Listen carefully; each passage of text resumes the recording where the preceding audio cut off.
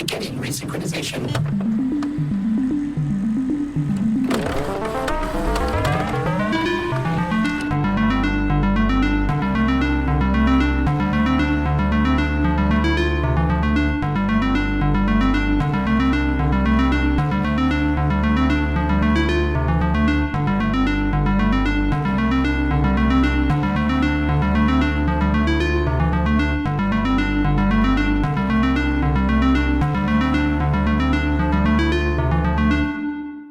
Welcome to Resync, a podcast where friends talk about games. I'm Chase. My boy! And I'm Sam. And today, our topics are going to kind of throw us into the weeds a little bit. May not be the most popular opinions heard around the world here today, but I think it's important to talk about. So today we're going to be discussing what publishers owe players and what that means through paid DLC versus free updates, and the jobification we've been seeing in games more and more often lately. Yeah, we're going to be taking a stance. Maybe dying on some hills today. Possibly, yeah. And then we're also going to be talking a little bit about the second game tournament to wrap things up, I think. But before we get into that, let's jump right in to our first topic. So I'm going to start us off pretty vague with how I want to get into it, and just ask you, as a player and as somebody that is dipping their toes, as some would say, into dev. So, from your perspective, what do you think is owed to players? You know, the people purchasing the product. I think what I expect is pretty straightforward.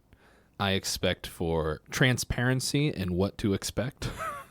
Transparency while setting expectations of what the game is going to be. That's like the bare minimum for me. Whenever the hype gets too big and expectations get out of hand, and, you know, a publisher or a developer or whoever is in charge of marketing doesn't get ahead of certain things and be like, oh, that's not how that's going to work. Like, letting expectations grow beyond the actual scope of what the game is going to be just to let the hype get bigger and bigger for purposes of sales. I think that's pretty reprehensible. But yeah, other than that, like, just knowing what you're getting into when you're buying a game is all I really want. Like, that straightforward, transparent communication from the dev side or the publisher side of what is actually going to be in the game. And there are ways, you know, like, sometimes you want things to be kept secret because it's like, oh, people can discover this while they're playing, and that's fine. But, like, not letting people's expectations get out of hand is, like, huge for me. Yeah, well, and I agree in that, like, especially with marketing, because I think that tends to be what bites these studios the most, is putting out trailers claiming to be gameplay footage but are just really elaborate AMVs or Yeah. Full motion videos, I guess, just done in engine but not at all actually using any mechanics from the game. I know Captured within the engine of the game or whatever. Right. I know an example that I can throw out. I am a big lover of the BioShock series, and while I appreciate what Infinite was and what it did, if, like me, anyone out there saw the original trailers, you were definitely kind of let down. I remember they released footage showing the telekinesis ability being used and taking a gun out of somebody's hands and not bringing it into their own, but levitating it and rotating it in spot to shoot, which I totally understand looking at that from a dev perspective. Of I don't know how the programming on something like that would have played out, but they advertised that was something that you were going to see or be able to do.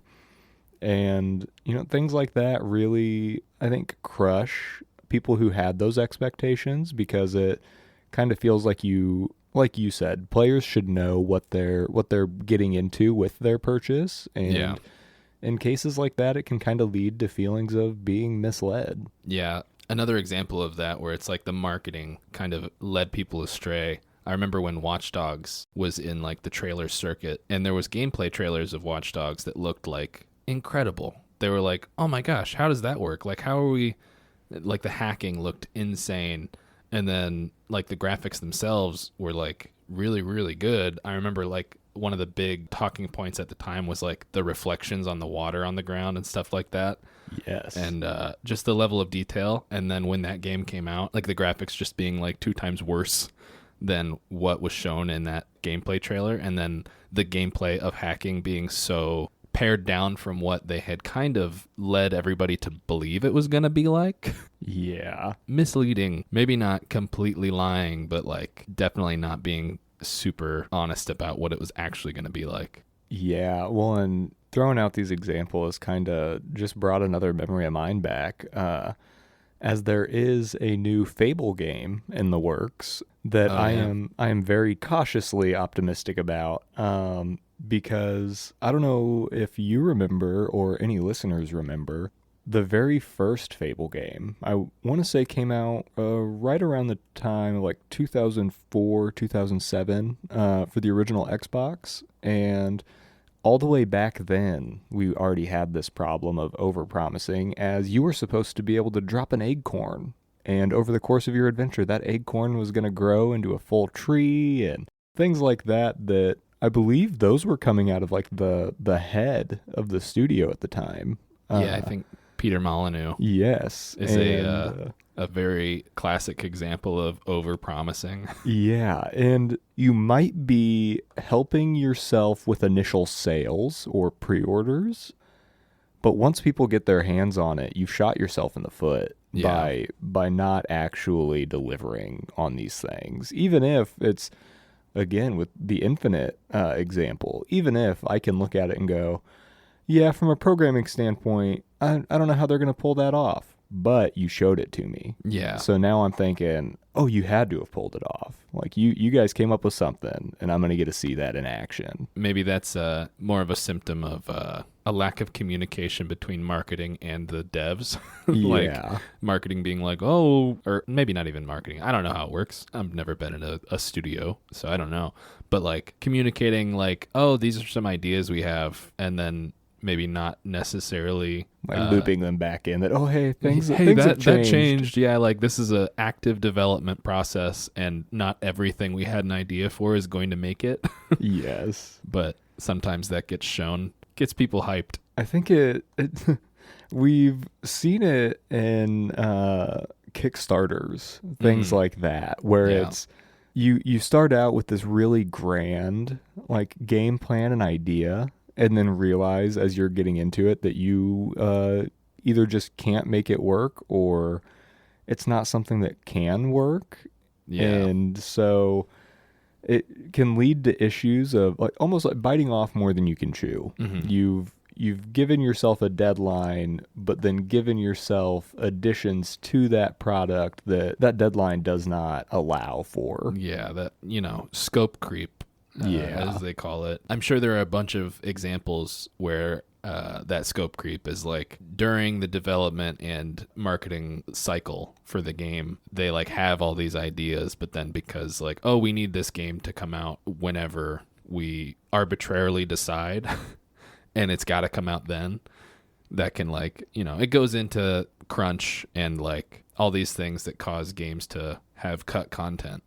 Yeah. Which, speaking on that particularly, we've especially, I want to say in like maybe the last 15 or so years, crunch has really become a much bigger thing. And it affects, I mean, it seems to be most AAA studios, if not all. Even things like Red Dead Redemption, where you can find, there are a lot of people that talk like very highly of their time working on it, but they like won't shy away from saying that yes, there was crunch. Yeah, it's definitely become a lot more visible to the public in the last decade or so. And I'm hoping that it's gotten better. I know it probably has in some ways, but some things probably just aren't changing as fast as they need to, especially in like the AAA sector of the industry, and that's causing a lot of issues. I mean, we've seen so many layoffs in the AAA industry, and I think just the expectations that the corporate side of the game industry in general has just set their expectations so high on like, oh, returns need to keep going up. Like everything Yeah. needs to be bigger, everything needs to return more on investment. It's causing the industry to collapse in on itself. It is, because it leads itself to issues that we've seen where, specifically in respect to shareholders, comes the idea of every game has to be as marketable to every single possible demographic as possible, rather than focusing on, this is a game that we're making that people who are interested in Yeah. this theme, this setting, this gameplay type are going to love. Yeah, I feel like focusing on a niche has become like taboo in AAA at the very least. And I feel like that's why indie is flourishing so hard right now. You got Team Cherry just releasing Silksong after 7 years. The antithesis to what we're talking about, like a game where they had all the time they needed to work on it. They had scope creep, but they had the money that they needed to just allow it and like go down every single road that they wanted to and explore all the ideas they wanted to. And they never said anything about what might be in the game. Like, it was always very clear that they were going to be pretty close to the chest with all the information about Silksong, and that we'd see it when it came out. And I feel like that's a good way to do it. Like, if you are going to take the time to just put your nose to the grindstone and make the game, I don't need to know, especially if stuff's going to get changed very, very drastically throughout the process. Not letting people get too attached to certain ideas is a really good strategy. Like if you're early in the dev process and marketing is showing like, oh, this is what the game's going to be, and then by the end, we've talked about this with early access too. It's like people get attached to certain ideas of how things might be, but then throughout the process, things drastically change. And then, it's not what people expected it to be. Right. Yeah. Well, and, I wonder to what degree we will start to see a change happening with regard to that. I think it more so in probably the last 5 years, we've started to see much larger scale negative repercussions for these studios of focusing on shareholder input over actual consumer. Yeah. Because, I mean, again, like you said, a lot of things tend to circle back to trying to make the absolute most profit off of any individual product. Get the widest audience, and specificity and niche be damned. But more and more often we're seeing these large studios have massive flops. Oh yeah. I mean, I know we've already picked on it in at least one other episode, but Concord, a multi-million-dollar project, canned a week after its release. Yeah, or DOA. not exactly a week, but very quickly within. And then all of those devs have this game they've worked on for years and years and years that have nothing to show for it. Right. And we've seen a pattern coming out of, look at Ubisoft. Assassin's Creed games have slowed down drastically from being nearly every year releases because people got tired of the exact same thing with a new coat of paint on it. Yep. And Far Cry, another of their like big cornerstone series, has had drastic changes to the way that it plays and is looked at as why most gamers cannot stand open world collectathons and point of interest hunts and things that were super common in games for a long time, but were heavily emphasized in newer games for some reason, when there have been countless amounts of people saying like, no, like, please stop doing this. Yeah. We don't enjoy this. But year after year you see it because, well, the last game sold really well and this is what it did. So this is what we need you to do again. Games that really kind of did something interesting and worthwhile at a certain stage in their franchise just stagnating. Like, oh, like this is a cool thing we came up with. Oh, there's these towers or whatever the heck, like that you unlock the map with, and then the rest of the game is a checklist. Like, Yep. it takes all of the interesting exploration out of it, and it just is like, oh, here's this map covered with thousands of points of interest, and most of them are going to be the same exact experience. But yeah, I think that's something that I feel like hopefully the trend starts to change. And I mean, you see games like Assassin's Creed Shadows. That's the newest one, right? I believe so, yeah. People seem to be liking it more than the last couple of games. So hopefully that means that the writing on the wall is at least visible to some of the people who need to see it. But, you still have issues of like, the game is basically the same. They saw Ghost of Tsushima and said, we're just going to do it kind of like that, but not exactly the same. Yeah. I mean, I'm not going to throw out any hard statements, but I will throw an allegation. Is that, yeah, no, just me bringing up, this game did really well, so we need to do that again. Yeah. It is kind of interesting that, we had Ghost of Tsushima did phenomenally, which they have a sequel coming out soon. Ghost of Yote. And then despite years of people begging Assassin's Creed to go to Asia, once we've had another game established that, oh, people really want to buy this, Yeah. they're jumping in on that. So that's not a hard statement, but I am alleging that There's just they're that disconnect. trying to grab in on some of the success of other games. The only language those corporate overlords understand is cash. They don't care if you want something. They care if it sells. Exactly. Because before we get away from it, I do want to throw out, I'm going to tentatively say, hopefully we're going to see the same thing happen with Silent Hill. But something as far as what players are owed from publishers, I think we're starting to see that. Like what I believe to a degree were owed from the new Resident Evil games. They, as a company, saw Resident Evil 5 started the trend towards more heavily action-focused gameplay.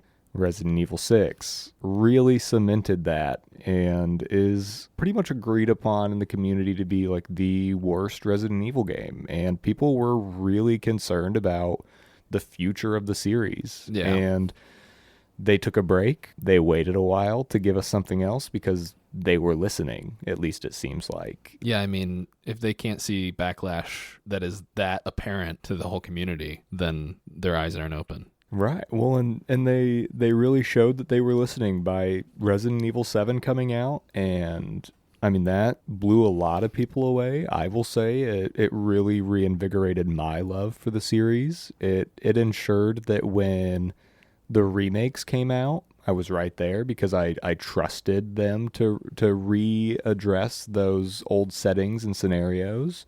And I think that hopefully we're going to see that with the new Silent Hill game as well. But some of these studios taking the time to listen. I mean, like you said, Yeah. it comes down to communication, and that's a two-way street. They can tell us, like, well, this is what we're doing with it. But if they aren't willing to listen when it's an established IP Yeah. to the people that gave it the popularity that it had, then they have to anticipate something negative as far as like sales, because I mean at the end of the day we owe a lot of thanks to these studios, and there are so many games that are exquisite pieces of art and absolutely deserve to be hoisted as such.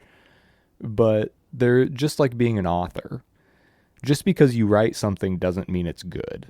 Yeah. And if you don't listen to your target audience, then you're not going to put out something good. Resting on your laurels after a success is never a good plan. Exactly. You have to continue to prove why we should be buying your game. Yeah. If you're going to put out stinker after stinker, you don't deserve my money. Yeah. And this is where I will say potentially in the weeds hard point here for me is just because you made something doesn't mean you deserve income off of it.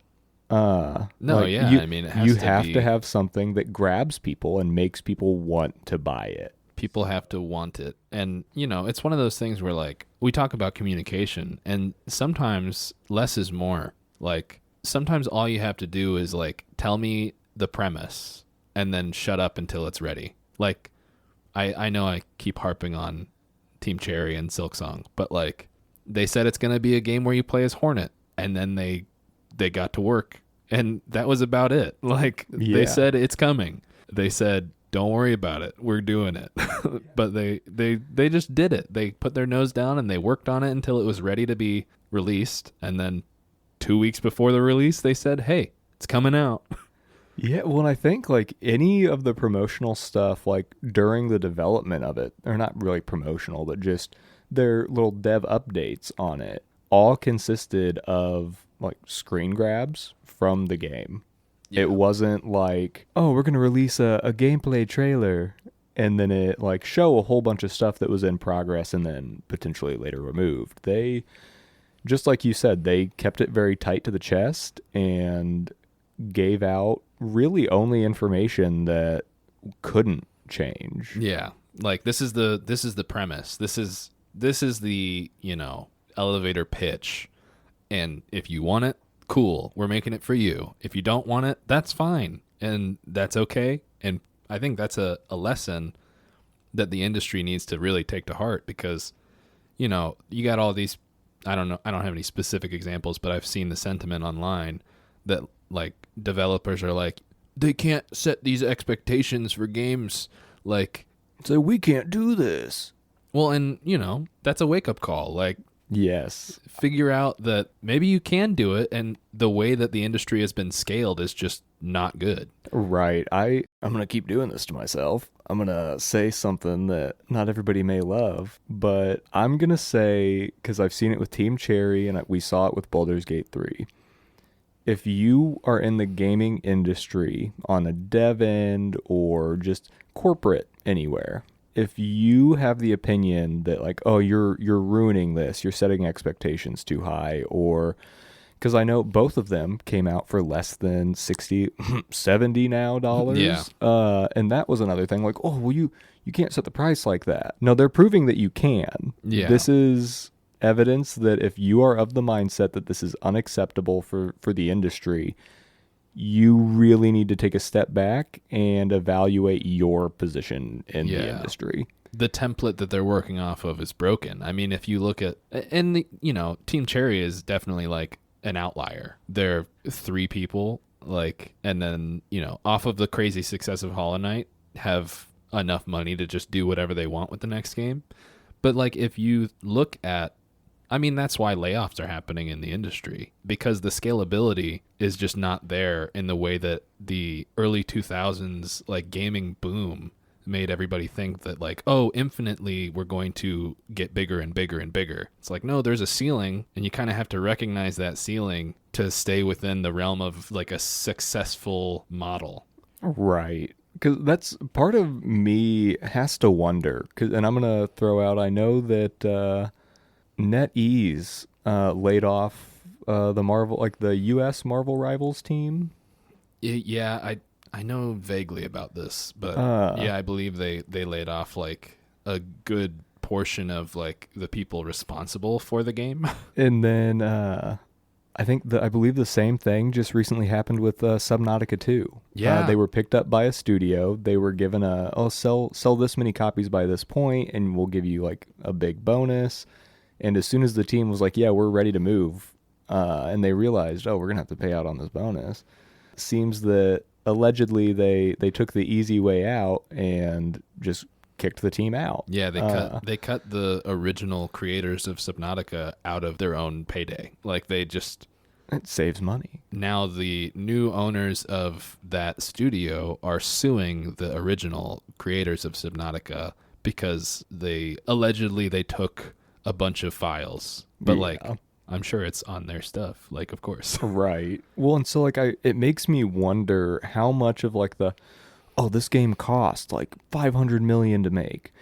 Is that because you had a team of 700 when you don't really need that many people, when it's clear because we're still like fervently working on this, but half the team is now splitting away to go work on this. Yeah. Well, if you can lose half of your dev team, why were they there in the first place? Like why is it the team is so large, but you can afford to lose so many of them and the game still come out as it should, or Or quote sometimes, unquote as it should. sometimes not. But I think most of the time not these days. But like, yeah, I mean that bloat.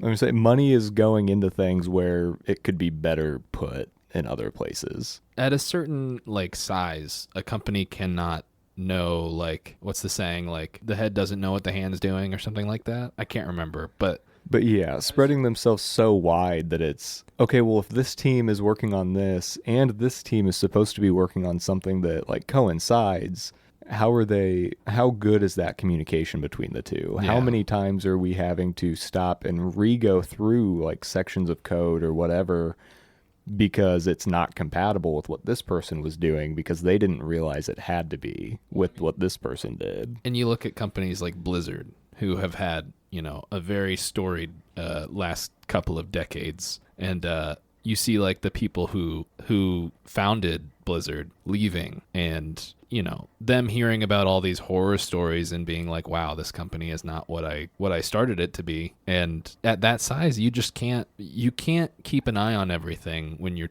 that big. Yeah. You can't create a specific kind of like work environment when it's that big, because there are going to be different aspects that just the variables are changing in every single area, and you can't watch all of those. Right, I know. I mean, just putting it into like reference for me and Sam, we work in a factory, and I mean, if one machine were to get its measurements changed and nobody else gets that information, or maybe the one guy who got told what it was is off the next day when it actually is like needed, you're going to be troubleshooting all day trying to get those measurements right back to where they should be because that information isn't there and you need it. You need to know those very minor, whether it be millimeter, centimeter, Yeah. those make a difference. Information you need to know that you don't know that you need to know, just because communication is not necessarily there. Right. Another instance of setting expectations improperly, No Man's Sky. No Man's Sky had a crazy mission statement that everybody who was interested in it got so hyped, me included. This was the last time that I got like a pre-order. This was the last time that I got like hyped for multiple years for a game, because like with Silksong, I just said, okay, it's going to come out someday. I'll see it then. And I kind of forgot about it. But like with that game, I was still like very, very just like in the know. Anytime anything came out about it, I was like, I have to know. I have to see. And it had one of the like worst launches I have seen. I was going to say, I think genuinely the only thing that I've seen since that's topped it was Concord. Concord, maybe, yeah, or like Fallout 76 was also just a huge, like, I don't know if it was a huge miscommunication of expectations or what it was, but that game definitely didn't turn out to be what people expected. But with No Man's Sky specifically, like, there was all of this promise, and I remember playing it for like the first 3 hours and then like kind of just putting the controller down and sitting back and being like, oh, this is what it is. So none of that's here though. Yeah, where are all the cool animals? I see this weird fucking like dick butt walking around, but like what is this? I can't. And then like within the first hours of it being out, people finding out you couldn't even see other players when it was supposed to be like this shared universe. Yeah, just a huge disappointment when it came out, but it's one of those outliers of a studio that actually kind of rose from those ashes, and they've been releasing free updates for the last decade. Well, and like not just like minor like bug fix updates, they have continued to add entirely new things that like weren't even necessarily on people's radar. Not even in the mission statement. They've added so much that it stands out as a whole new game, but didn't take away anything that people had wanted from it. They've added so much that it really just blows me away. And I think kind of hits on a good example for our second topic on this, which is paid DLC versus free updates. Yeah. I mean, just to backpedal a tiny bit, the Voyagers update that just got released not too long ago, it changes the whole game. Like, ship interiors was something that was never on the docket. Being able to do spacewalks was something that was never on the docket.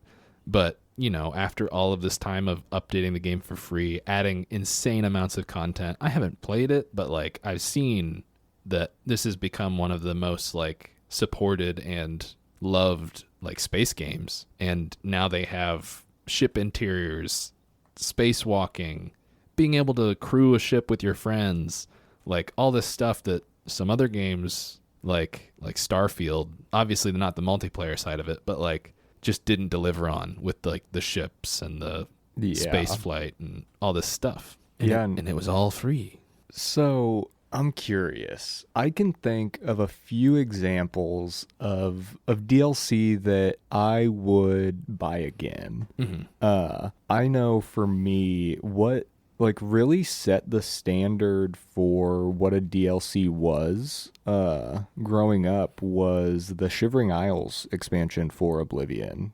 Yeah. I mean, the map that it added was massive, added all new enemies, all sorts of new interactions to have, and just the story of it just drew me in, which I feel like DLC stories tend to be very hit or miss in whether or not they're like, oh yeah, that was really good, that added a lot.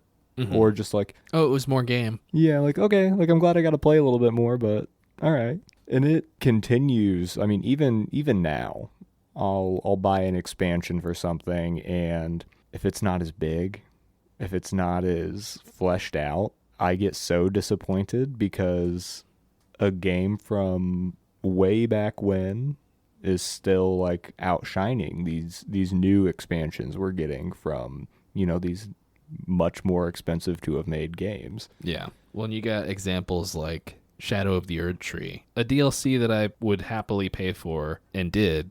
I haven't quite played it yet, but I know that, based on the reaction that had, that it was well received and worth the payment. But you got, I'll say it again, Hollow Knight.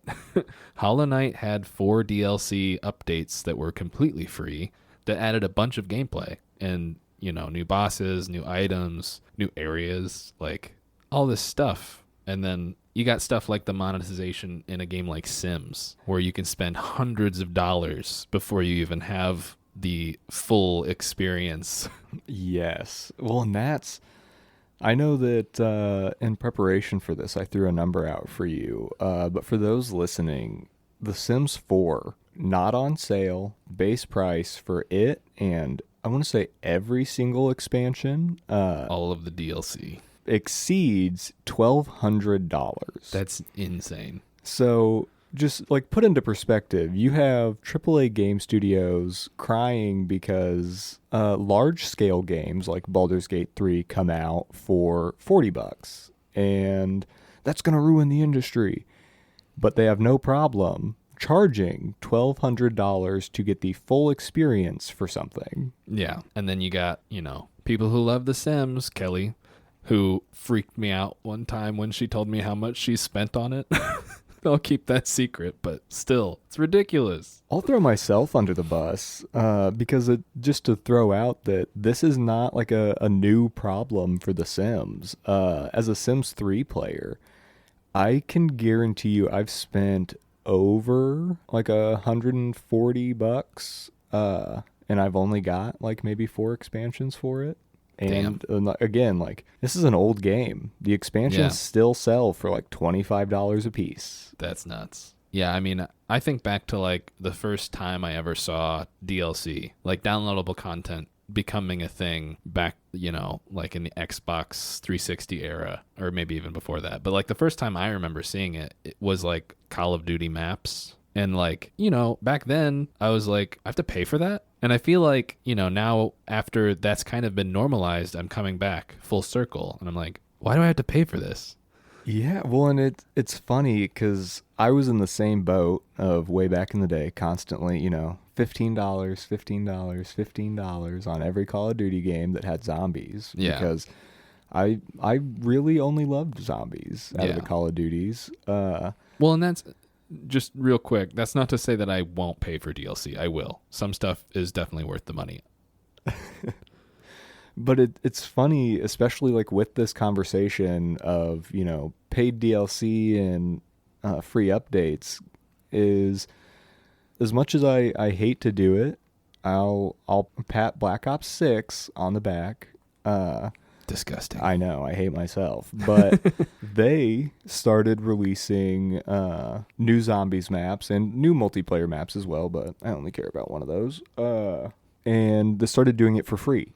Like I want to say it's like every 3 months there for a while they were releasing new zombies maps, no cost. Well, and that's probably all enabled by the cash shop for all the cosmetics that games sell now. That's So, true.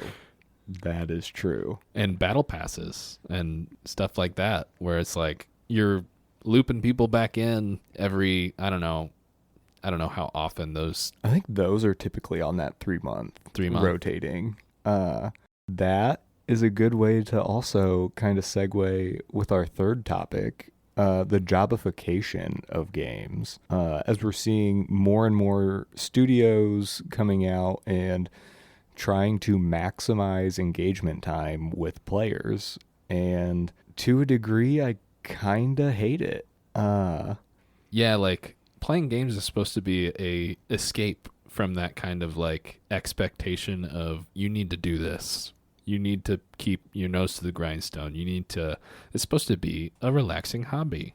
Right. But, See, for me, what I cannot stand are the battle passes. There is, and this might might catch some flack from some listeners. There's only one game that has done a battle pass that I've played that does this, and I'm sure there are others. So, like, don't crucify me if I'm incorrect, but Dead by Daylight allows you to play old season passes. So if you missed out, like let's say like me, for example, I bought Dead by Daylight on release and have off and on come and gone from it here and there to check out new killers. But so by the time that I came back and realized they'd introduced battle passes, there were already 2 or 3 prior passes available.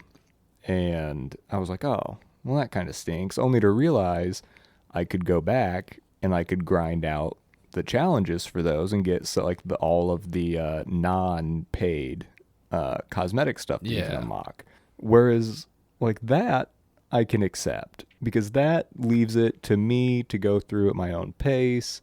Yeah, if you missed out on it, it doesn't feel like some variation of cut content for you. Right. Whereas like so many games now, and I know because I have talked about that I was playing Diablo 4 again on here, is those season passes, once it's gone, it's gone. Unless maybe they might bring something back as a purchase that you can do. Yeah, weaponized FOMO. Exactly. And that to me is not what we should be doing. I mean, Yeah. like you said, gaming is supposed to be a fun hobby. I mean, playing Dark Souls might kind of like fly in the face of the fun aspect of that. Well, I have fun with it.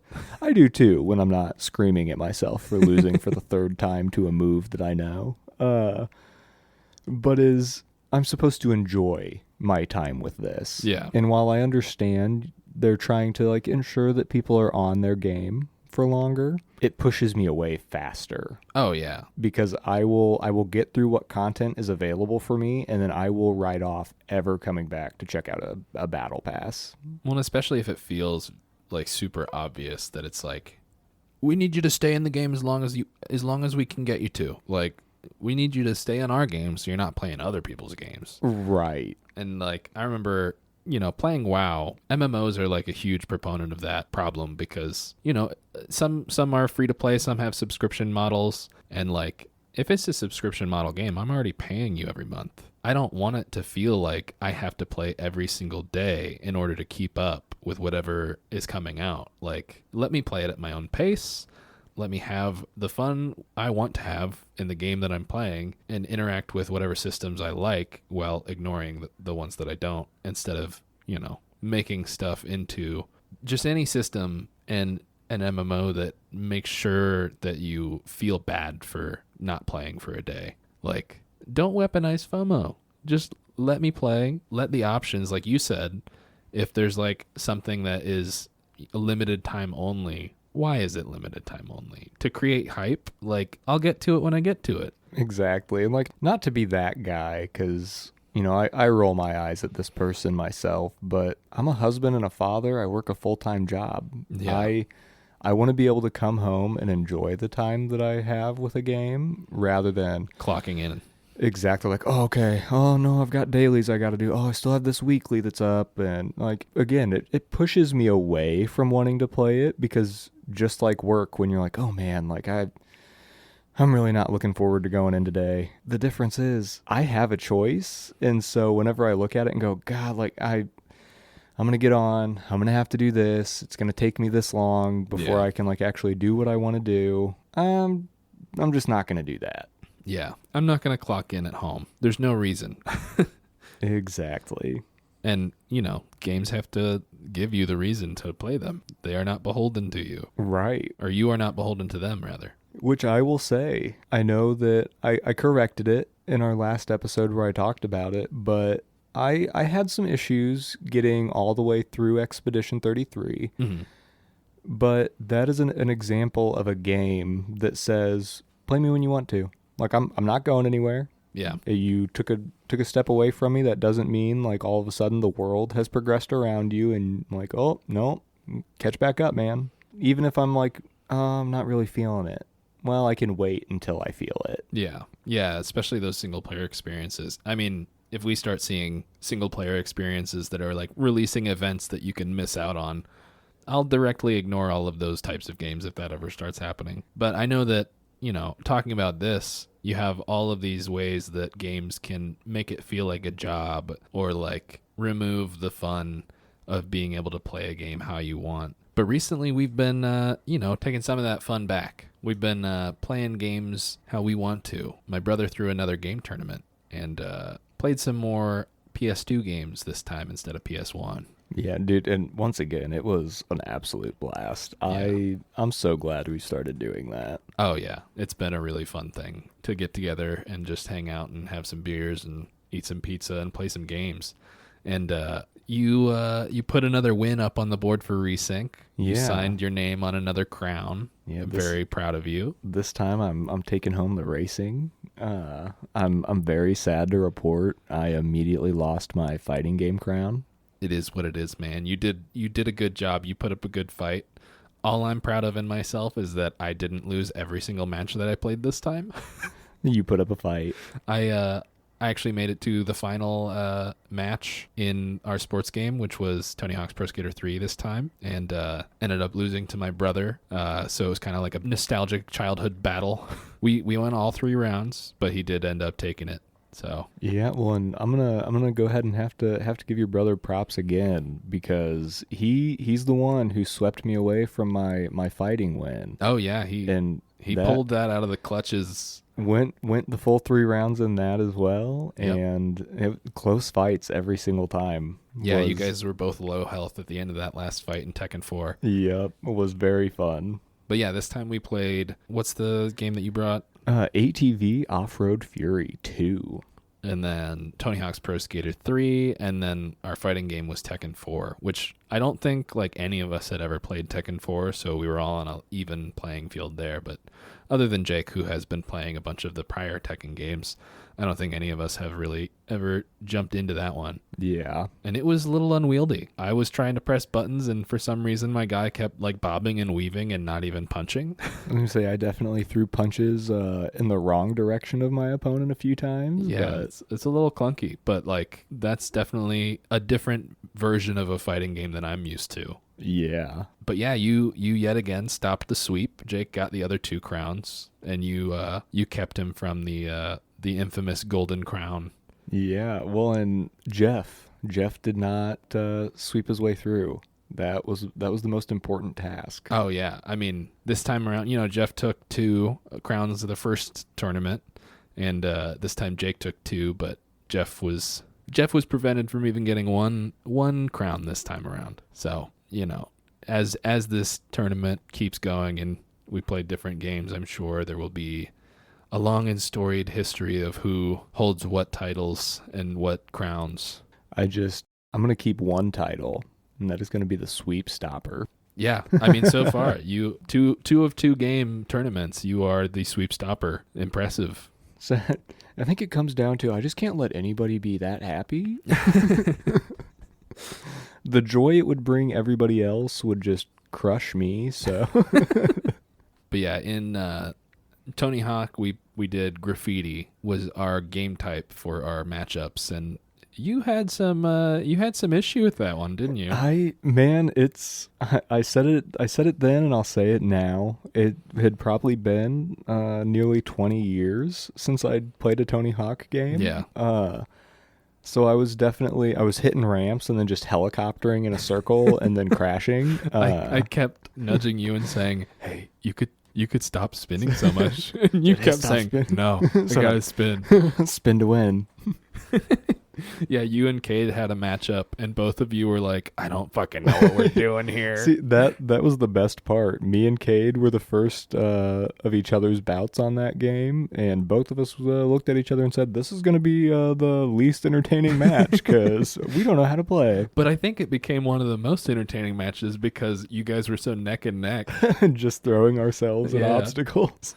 Yeah, when it was like me and Patrick. I think me and Patrick. Yeah, you and Patrick were the first round on that, I think. It was a little more of a decisive victory. And then when it was Jake versus Jeff, same thing. But I think your matches with Cade and my matches with Jake were like the closest fights in that regard.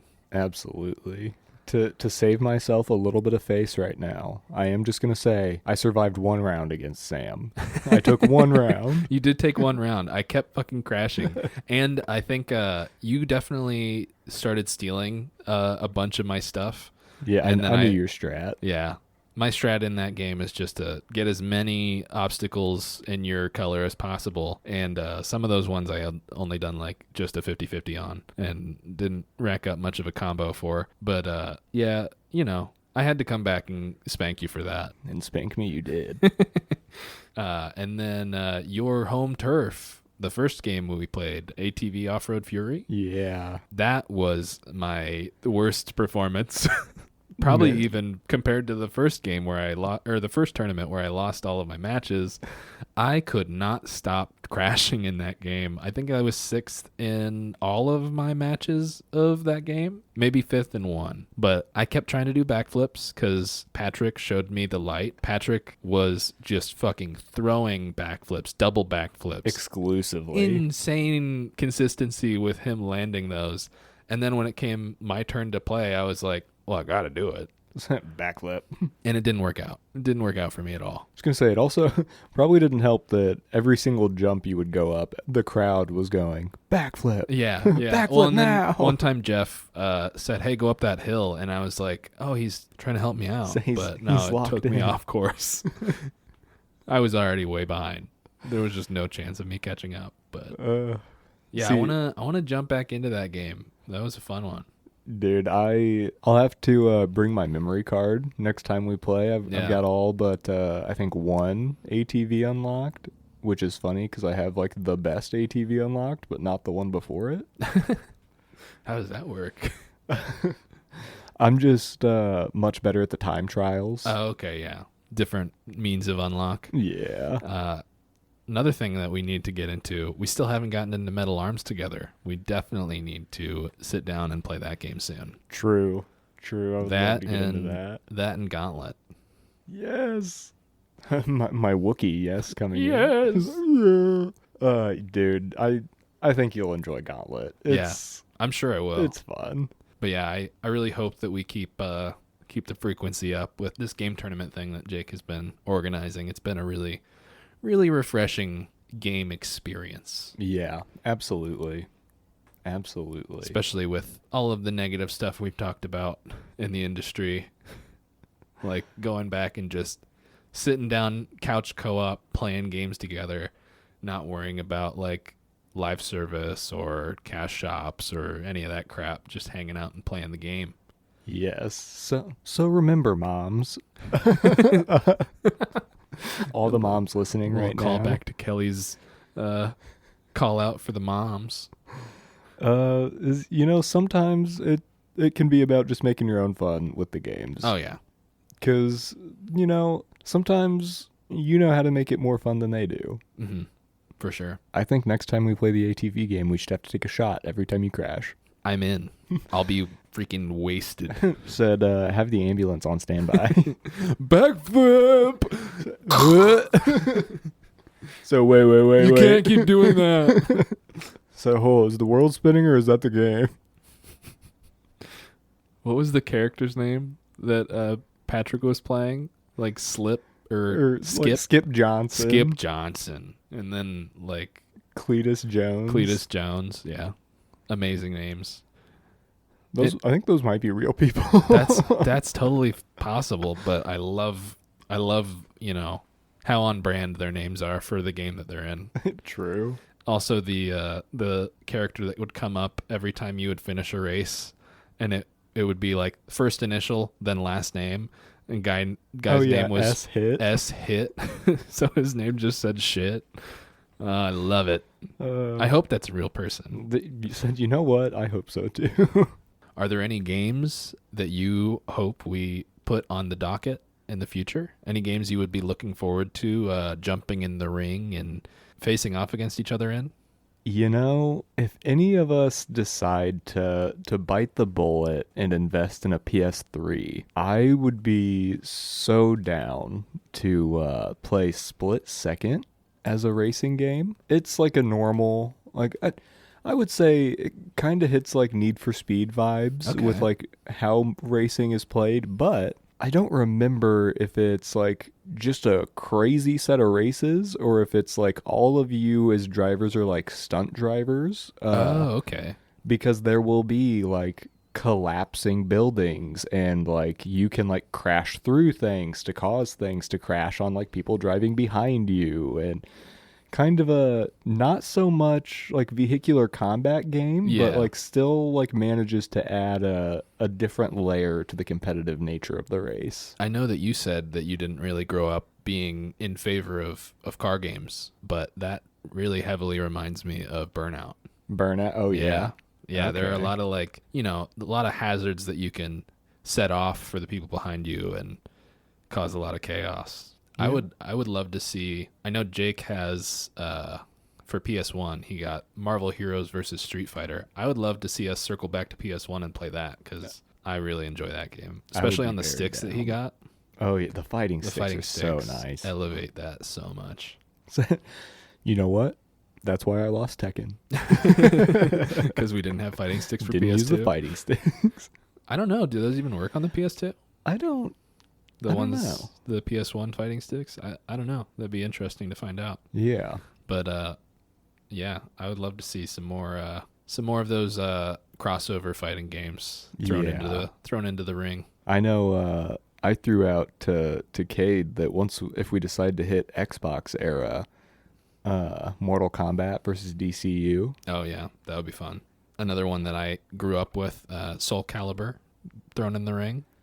Yeah, I've played I think 2 Soul Calibur games in my life and didn't dislike them. I'd always just rented it, so I didn't like have that much hands-on time. Yeah. But I would definitely be interested in playing a little bit more of those because the one that we played at the end of the tournament last time just for fun. Yeah, we threw down in some Soul Edge. Getting silly with some Valdo. Oh yeah, Valdo, the little freak. So let me tickle you.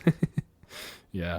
Well, my boy, I think that's been this episode of Resync. For those of you that made it to the end, thanks for listening. If you like what you heard, you can follow us at Resync Cast on Blue Sky, and you can find Resync on Spotify, YouTube, Apple Podcasts, and Amazon Music.